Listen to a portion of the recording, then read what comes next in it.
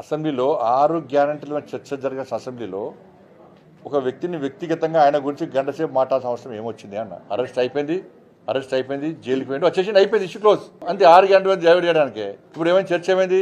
అసెంబ్లీలో దేని చర్చ జరిగిందంటే అల్లు అర్జున్ చర్చ జరిగిందని ప్రజలు చెప్పుకునే పరిస్థితి వచ్చింది. ఇవాళ ఆ చర్చ అవసరమా అని మేము అంటున్నాం. ప్రజా సమస్యలు ఉన్నాయి, అసెంబ్లీ దేనికోసం మాట్లాడుతున్నారు. ఇవాళ ఇష్యూ అయిపోయింది, ఇష్యూ క్లోజ్ అయిపోయింది. అరెస్ట్ చేశారు, జైలుకి పోయారు, జైలుకి వచ్చారు.